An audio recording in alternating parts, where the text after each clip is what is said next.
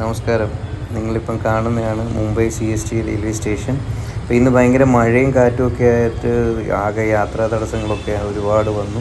അപ്പം ഞാൻ ഓർത്തു എന്നാൽ അണ്ടർഗ്രൗണ്ട് വഴി സ്റ്റേഷനിലേക്ക് പോകാം. അപ്പം നിങ്ങളെ ജസ്റ്റ് അതൊന്ന് കാണിക്കാം. ഓൾറെഡി ഇതെല്ലാം യൂട്യൂബിലുള്ളതാണ്, എന്നാലും ജസ്റ്റ് ഒന്ന് കാണിച്ചേക്കാമെന്ന് വിചാരിച്ചു. അപ്പോൾ ഇത് അണ്ടർഗ്രൗണ്ടിലോട്ട് ഇറങ്ങുന്ന വഴിയാണ്. അപ്പോൾ ഇത് ഗേറ്റ് നമ്പർ 2 കൂടാണ് നമ്മൾ പോയിക്കൊണ്ടിരിക്കുന്നത്, അണ്ടർഗ്രൗണ്ട് ഗേറ്റ് നമ്പർ 2. അപ്പോൾ ഇത് നമ്മൾ നേരെ താഴേക്ക് ഇറങ്ങുമ്പോൾ നമുക്ക് ഇതിനകത്ത് കുറേ കടകളും കാര്യങ്ങളൊക്കെ ആവശ്യത്തിലേറെയുണ്ട്. നമുക്ക് തുണിക്കടകൾ, മൊബൈൽ ഷോപ്സ്, പിന്നെ അങ്ങനെയുള്ള ഒരുപാട് dry fruit shops, juice centres, അങ്ങനെ ഒത്തിരി കാര്യങ്ങൾ ഇതിൻ്റെ ഇടയിലും അവൈലബിൾ ആണ്. പിന്നെ ചെറിയ ചെറിയ എന്താ പറയുന്നത്, ഈ ചില്ലറ ഐറ്റംസൊക്കെ വിൽക്കത്തില്ല, അങ്ങനെയുള്ള ആൾക്കാരും ഒരുപാടുണ്ട് നമുക്കിവിടെ ആയിട്ട്.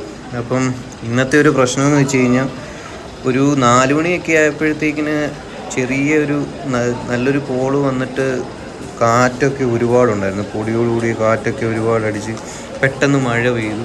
അപ്പം അങ്ങനെ ഒരുവിധപ്പെട്ട ഇടത്തെല്ലാം മഴ പെയ്ത് കുറേ നാശനഷ്ടങ്ങളൊക്കെ ഉണ്ടായി. അങ്ങനെ ഫുള്ള് നമ്മുടെ ഗതാഗതം മൊത്തത്തിൽ ബ്ലോക്കായിരിക്കുകയാണ്. അപ്പം യാത്ര ചെയ്യാൻ ഇപ്പോഴത്തെ കണ്ടീഷനിൽ സബർബൻ ലോക്കൽ ട്രെയിനിൽ പോകുന്ന ആൾക്കാർക്ക് പറ്റത്തില്ല, കാരണം എല്ലാ ട്രെയിനും ഹോൾഡിലാണ്.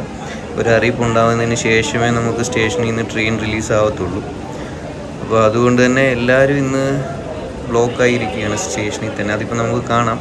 അപ്പം ഈ കാണുന്ന കടകളൊക്കെ ഉണ്ടല്ലോ, അപ്പോൾ ഇതുപോലെ ഒരുപാട് കടകൾ നമുക്കിവിടെ ഉണ്ട്. അപ്പോൾ ഇത് കൂടാതെ തന്നെ വേറെയും ഗേറ്റ്സ് ഉണ്ട്. ഇതിനകത്ത് അണ്ടർഗ്രൗണ്ടിലോട്ട് എൻ്റർ ആവാൻ വേണ്ടിയിട്ട് വേറെ ഒരുപാട് ഗേറ്റ്സൊക്കെ ഉണ്ട്.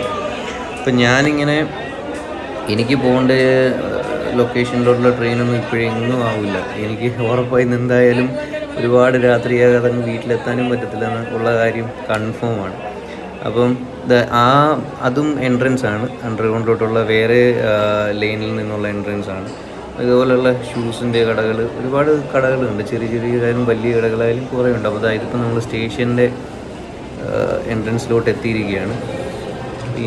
ഇപ്പം ആൾക്കാർ കൂടി വരുന്നേ ഉള്ളൂ. കുറച്ചുകൂടെ കഴിയുമ്പോഴത്തേക്കും നല്ല രീതിയിൽ ആൾക്കാരാകും, കാരണം ട്രെയിൻ സ്റ്റോപ്പ് ചെയ്ത് തീർച്ചയാക്കുക. അപ്പോൾ അങ്ങനെ ഒരു ചെറിയൊരു പ്രശ്നമുണ്ട്. പിന്നെ നമ്മുടെ CST സ്റ്റേഷൻ എന്ന് പറയുമ്പോൾ അറിയാമല്ലോ, മുംബൈ ഛത്രപതി ശിവാജി മഹാരാജ് ടെർമിനസ് എന്നാണ്. നേരത്തെ വിക്ടോറിയ ടെർമിനസ് എന്നും അറിയപ്പെട്ടിരുന്നു. ഇത് പണ്ടത്തെ ബ്രിട്ടീഷുകാർ പണിഞ്ഞ ബിൽഡിങ്ങാണ്. പിന്നെ നമ്മുടെ യുനെസ്കോ വേൾഡ് ഹെറിറ്റേജ് സൈറ്റിൽ ഇത് ഉൾപ്പെടുത്തിയിട്ടുള്ളതാണ്. ഇതാണ് ഇതിന് അകവശം.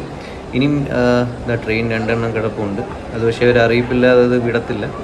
വേറെ ഒന്നും ട്രെയിൻ ഇല്ല, എല്ലാം ബ്ലാങ്ക് ആയിട്ടിരിക്കുകയാണ്.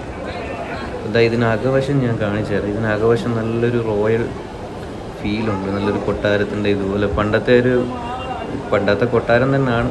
ഈ സ്റ്റേഷന് 1887 തോന്നുന്നു ഇത് പണിതത്. ഇതിൻ്റെ ഡിസൈനും കാര്യങ്ങളൊക്കെ ഉണ്ട്, നല്ല മനോഹരമായിട്ടാണ്. പണ്ടത്തെ ബ്രിട്ടീഷുകാർ പണിഞ്ഞ ബിൽഡിങ്ങാണ്. അപ്പം ഇത് ടിക്കറ്റ് കൗണ്ടേഴ്സും കാര്യങ്ങളും ഉണ്ട് അവിടെ. ആ കാണുന്നതെല്ലാം ടിക്കറ്റ് കൗണ്ടേഴ്സാണ്. നല്ല രസമില്ലേ ഡിസൈൻസൊക്കെ കാണാനായിട്ട്, നല്ല പില്ലറും കാര്യങ്ങളൊക്കെ ആയിട്ട്. അപ്പം നമുക്ക് ഇവിടെ മൊത്തവും 18 പ്ലാറ്റ്ഫോംസ് ഉണ്ട്. ടോട്ടൽ 18 പ്ലാറ്റ്ഫോംസ് ഉണ്ട്, റൈറ്റ്. അതിൽ 7 എണ്ണം ലോക്കലും ബാക്കി മെയിൻ ലൈനുമാണ്.